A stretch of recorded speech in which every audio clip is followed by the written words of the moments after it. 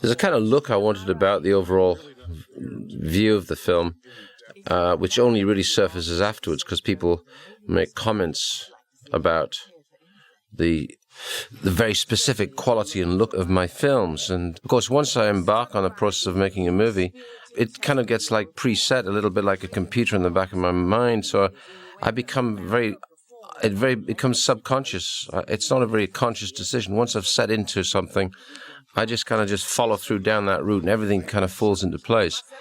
So the look on this was decided to be rather somber and very austere. And I think that's the look we attained because it went well with the subject and went well with the military context. So as you can see, even on fairly high-priced movies, you're still going to make do and mend and be very practical about where you have to fit things in. Nothing ever really falls into place. But that's probably part of the excitement of doing the process of what I do for a living. An actor's job is not easy. It's quite difficult. Otherwise, we'd all be doing it. But I find there are actors who are prepared to contribute or, regard it as a partnership. And that's the way I like to work. I like to work with actors in the sense that I don't believe in this process of Svengali, where I mold them, like clay, which I think is frequently bullshit. I think my job is to actually cast the best person I can get for the role. And once I've done that, if I've been successful at that, then really my job becomes a little easier in that respect, in terms of the performances, because I can then become a barometer of what they do and what their talent brings to the part. And therefore I try and regard the whole creative relationship as a partnership. They feel more comfortable that way.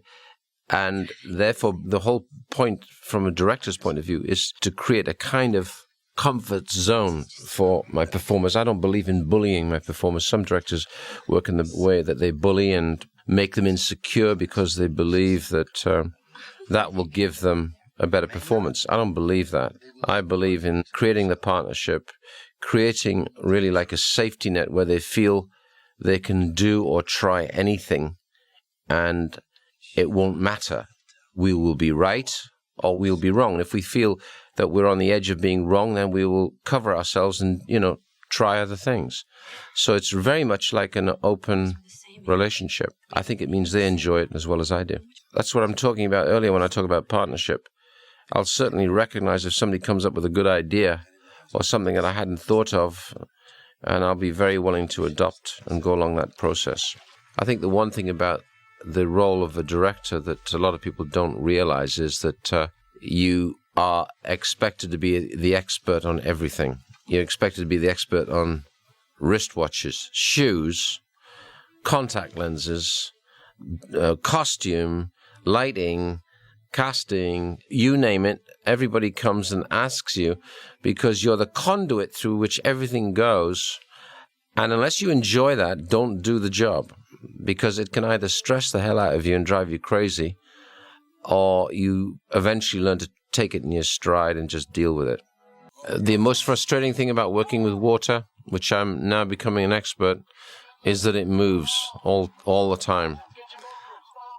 And even if you're working on a beach, on terra firma, the goddamn tide keeps going in and out. So every time you put a camera down and you delay for 20 minutes, everything's changed. So it's a very frustrating process. You have to move quickly, otherwise it will eat you up, or it will eat your time up. This was really raining here, and we really got lightning and everything because we were on the edge of a hurricane season. And we thought about stopping for the evening, but then I thought, it's crazy, we may as well shoot because we got the real thing. I used to believe that when I cast the movie, I then still had to tell this person how to act. If you've cast really well, and you've cast a good actor who's either very experienced or no experience whatsoever, but you've got to be good at spotting who can do it and who has got good intuition and who will be more than just that first read, and that first read may be terrific and then you get nothing beyond that. So you're always looking for somebody who's inventive and creative. What I now realize is that these people go home and do their own homework. So when they come back in, they bring ideas to the table. There tends to be this shut-off between the director and the actor, where the director says, nope, this is what I want you to do, yada, yada, yada. I think if you cast properly and you got a good creative actor, they can help you a lot as well as you helping them. I was leaning heavily on the special effects supervisor here, Steve Ghosh, because, you want effects to always be big, particularly in this instance, but you also want them to be safe. Sometimes in this instance, we were suddenly changing our minds, saying, I like this instead of that. So I found Steve was very quick on his feet and also very safe. There was no one hurt or nearly hurt, I found him very prudent and clever. Pietro has got this very special eye, which all of us haven't got. He's unusual in that he's not just looking for performance with his actors and story, but he's also got a view visually. Now, you'd be surprised, but some editors haven't got that. Pietro has this, good sense, good taste, good view, good eye. So with that good eye, Pietro could have been a good cameraman, or maybe he's going to be a director, I don't know. Music is always a difficult choice. It's a very important choice. It's part of the storytelling process. Music to me is really like the last dialogue to go on the film. I always regard music as dialogue, and because the music is telling you and giving you information, and it's pressing, or it should be if it's doing its work successfully, it's pressing emotional buttons. It's adjusting you. And I know the actor, of course, is the focus of that, and the words are the two elements that are really meant to do that. But the power of sound and the music is one of those things that come later and are terribly important. And so I always think of the music as being the final dialogue. So I chose Trevor Jones, who has done quite a cross-section of quite a repertoire, actually, quite a mix of films, both from small, low-budget movies, where he did a film like Brastoff last year, to this film. Yet he's a guy who still prefers to live in the UK, so it helped me there because I decided to post-produce this film. That means edit the film and mix the film in the UK. And so Trevor was there, but that's not the reason why I chose him. I'd wanted to work with him for a while. Difficulty with this thing was actually trying to find a theme without being overtly military. And I think he was very successful with the soundtrack. I want names. The music tracks were done and recorded at Abbey Road in London, which is that old Beatles hangout, which is still regarded as having 3 of the best rooms in Europe, actually. It's the double standard. There's a lot of music in this. There's 98 minutes, and Trevor Jones actually put it down about 4.5 days, which is tough. I mean, I don't mean he thought about it in 4.5 days. I mean, he worked it out over a period of weeks and months. Weeks, really. But when he put it down, it had to all go down about 4.5 days. So it was pretty tough for him, but he did an extremely, very, very sensitive job. One of the most difficult things in the process of filmmaking is getting the script right, the blueprint. Story, story, story. Was it Hitchcock who said story, story, and story? Or script, script, and script? He's absolutely right, because once you get that script right, everything else is relatively simple, if that's the right word. I hesitate to use the word simple, but it's doable. It's doable, it's organizable, it's budgetable, and really then it's up to the talent of the production staff behind the director as to how good it is. But that blueprint, that script is everything.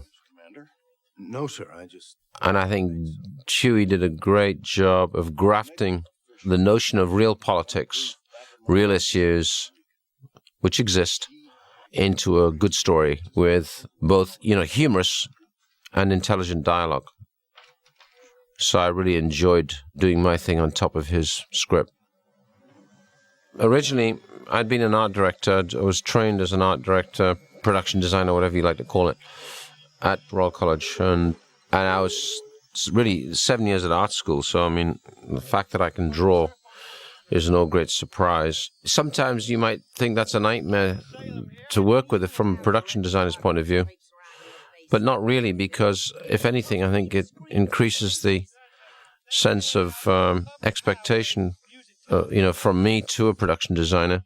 So it puts him a little bit under pressure, but it's good, I think. And any production designers I work with seem to really enjoy it, the process.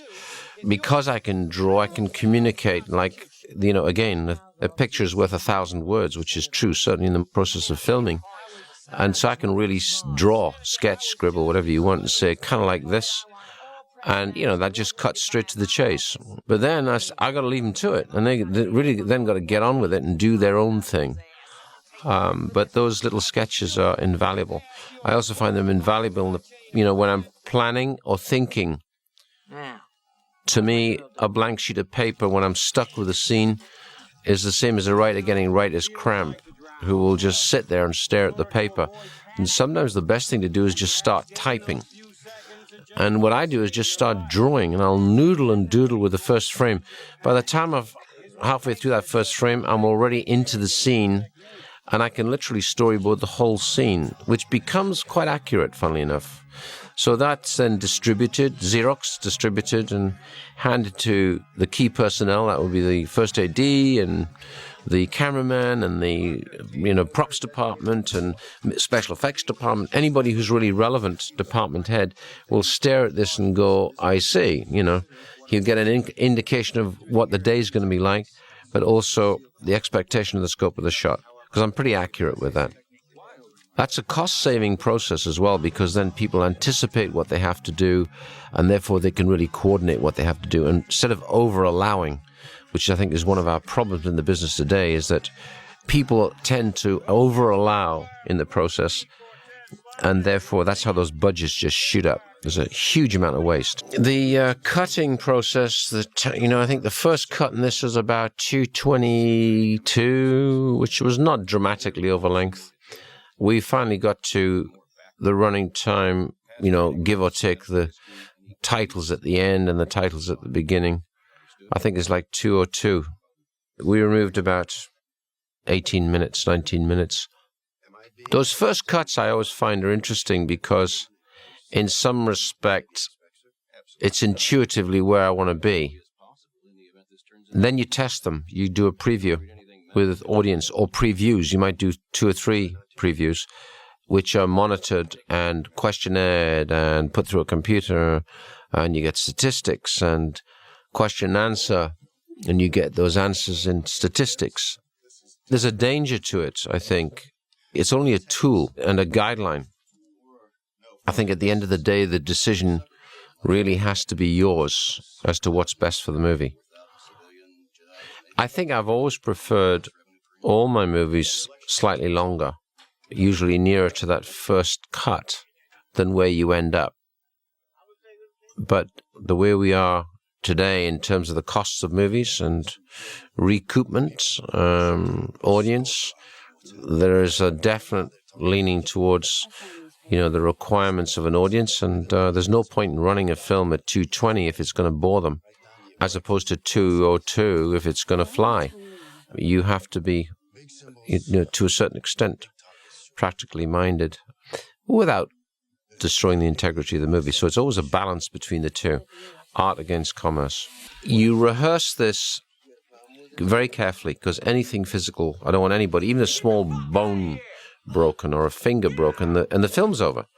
So apart from not wanting to hurt the actor or the actress, I also don't want the film to be suspended or go down because of some stupid piece of planning, right?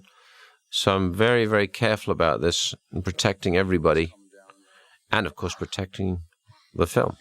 I can't remember now. I think we had allowed about 5 days for the whole thing.